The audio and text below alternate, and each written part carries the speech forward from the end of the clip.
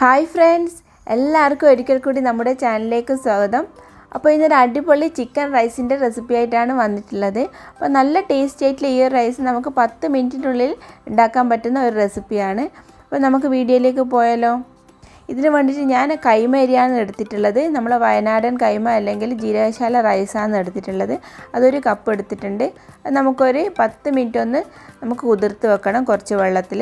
അപ്പോൾ നന്നായിട്ട് കഴുകിയതിന് ശേഷം ഒരു 2-3 വെള്ളത്തിൽ കഴുകിയതിന് ശേഷം ഒന്ന് കുതിർത്ത് വെക്കണം. അപ്പോൾ അതവിടെ ഇരിക്കട്ടെ.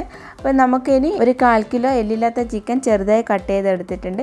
ഒരു ചെറിയ സവാള വേണം, ചെറിയ തക്കാളി കൂടെ വേണം, പിന്നെ ഒരു ചെറിയ ടീസ്പൂണ് ഇഞ്ചി വെളുത്തുള്ളി അരച്ചത് വേണം, പിന്നെ കുറച്ച് ക്യാപ്സിക്കം എടുത്തിട്ടുണ്ട് കേട്ടോ, അതുകൂടെ എടുത്ത് മാറ്റി വെച്ചിട്ടുണ്ട്. ഇനി ഒരു വലിയ പാത്രത്തിലേക്ക് നമുക്ക് കുറച്ച് ഓയിൽ ഒഴിച്ചു കൊടുക്കാം. ഞാനിവിടെ വെജിറ്റബിൾ ഓയിലാണ് എടുത്തിട്ടുള്ളത്. നിങ്ങൾക്ക് വേണമെങ്കിൽ വെളിച്ചെണ്ണയോ ഇപ്പോൾ നെയ്യിലാണോ പ്രിഫർ ചെയ്യുന്നുണ്ടെങ്കിൽ അതെടുക്കാം.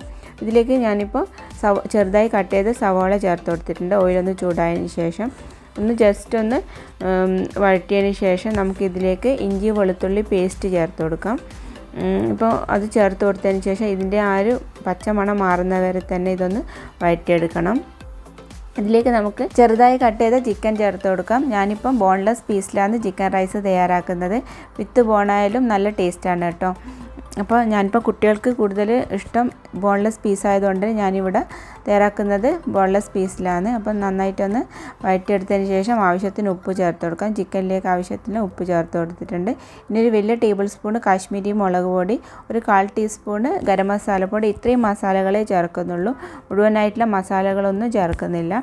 അപ്പം ഇതൊന്ന് വഴറ്റി കൊടുക്കാം. നന്നായിട്ട് മസാലയും ചിക്കനെല്ലാം ഒന്ന് മിക്സായിട്ട് വരട്ടെ. അപ്പോൾ ഇതിലേക്ക് നമുക്ക് ഒരു പകുതി തക്കാളി, ചെറിയ തക്കാളിയാണ് കേട്ടോ, അതുകൂടെ ചേർത്തതിന് ശേഷം ഒന്ന് നന്നായിട്ട് മിക്സ് ചെയ്തെടുക്കുക. ഞാനിവിടെ ക്യാപ്സിക്കം കുറച്ച് ചേർക്കുന്നുണ്ട്, 3 കളറിലുള്ള. നിങ്ങളെ കയ്യിലുണ്ടെങ്കിൽ മാത്രം ചേർത്താൽ മതി. ഒരു ഓപ്ഷണലായിട്ടുള്ള ഒരു കാര്യമാണ്. അപ്പം ഇട്ടാൽ നല്ലൊരു ഫ്ലേവർ ഉണ്ടാവും ഈ ഒരു റൈസിന് ക്യാപ്സിക്കം. അപ്പോൾ ഇനി ഇതിലേക്ക് നമുക്ക് കഴുകി മാറ്റി വെച്ച കൈമ അരി ചേർത്ത് കൊടുക്കാം. കൈമ അരിയിൽ വെച്ചാൽ കൂടുതൽ നന്നായിരിക്കും ഈ ഒരു റൈസ്. അപ്പം ഇതിപ്പം ഞാനിപ്പോൾ 1 കപ്പാണ് എടുത്തിട്ടുള്ളത് റൈസ്.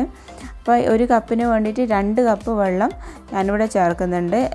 സാധാരണ ഗതിയിൽ കൈമ അരി വെക്കുന്ന സമയത്ത് 1.5 ഗ്ലാസ് മതി. പക്ഷേ ഇപ്പോൾ ചിക്കനും വെജിറ്റബിൾസ് എല്ലാം ഉള്ളതുകൊണ്ട് 2 കപ്പ് ചേർക്കുന്നുണ്ട്. അപ്പം 2 കപ്പ് നല്ല തിളച്ച വെള്ളം ചേർത്ത് കൊടുത്തിട്ടുണ്ട്. ഇത് നന്നായിട്ടൊന്ന് തിളച്ച് വരട്ടെ.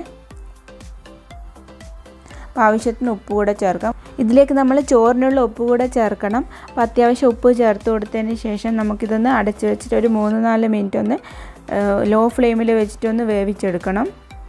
അപ്പോൾ ലോ ടു മീഡിയം ഫ്ലെയിമിൽ വെച്ചാൽ മതിയാവും. അപ്പം തന്നെ ഇതൊന്ന് നന്നായിട്ട് വെന്ത് വരും. അപ്പോൾ ഇപ്പോൾ ഒരു 4 മിനിറ്റ് ആയിട്ടുണ്ട്. ഇതൊന്ന് ഇളക്കിയിട്ട് ഒന്നും കൂടെ ഒന്ന് അടച്ച് വെച്ച് വേവിക്കണം. അപ്പോൾ ഒരുപാടൊന്നും ഇട്ട് ഇളക്കാൻ പാടില്ല. അപ്പോൾ നന്നായിട്ടൊന്ന് കുഴഞ്ഞു പോകും റൈസ്.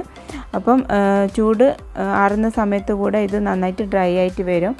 അപ്പോൾ സെർവ് ചെയ്യുന്ന സമയത്ത് അടിപൊളി ടേസ്റ്റ് ആയിരിക്കും. അപ്പോൾ നമ്മൾ ചിക്കനും റൈസെല്ലാം സൂപ്പറായിട്ട് പെർഫെക്റ്റായിട്ട് ഒന്ന് നന്നായിട്ട് കുക്കായിട്ട് വന്നിട്ടുണ്ട്. ഒരു ഫോർക്ക് നമുക്ക് എടുത്തിട്ട് ഇതൊന്ന് മേളിലേക്ക് സ്പ്രെഡ് ചെയ്ത് കൊടുക്കാം. ഇത് നല്ല ടിപ്പാണ് കേട്ടോ.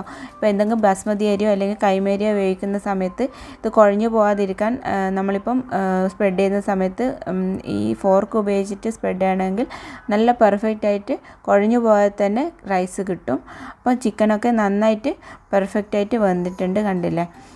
അപ്പോൾ നല്ല ഈ ഒരു റൈസ് നമുക്ക് ചട്നിയോ ചമ്മന്തിയോ അല്ലെങ്കിൽ ഇപ്പം ബിരിയാണിക്ക് കഴിക്കുന്ന കച്ചമ്പറോ ഇല്ലാണ്ട് തന്നെ നമുക്ക് ഇതുപോലെ വെറുങ്ങനെ തന്നെ കഴിക്കാൻ പറ്റുന്ന ഒരു റൈസ് കൂടിയാണ്. അപ്പോൾ നമ്മൾ ബിരിയാണി ഉണ്ടാക്കുന്ന ആ ഒരു മെനക്കോട് ഇല്ലാണ്ട് തന്നെ നമുക്ക് ഈ ഒരു റൈസ് തയ്യാറാക്കാവുന്നതാണ്. അപ്പം എല്ലാവർക്കും റെസിപ്പി ഇഷ്ടമായെന്ന് കരുതുന്നു.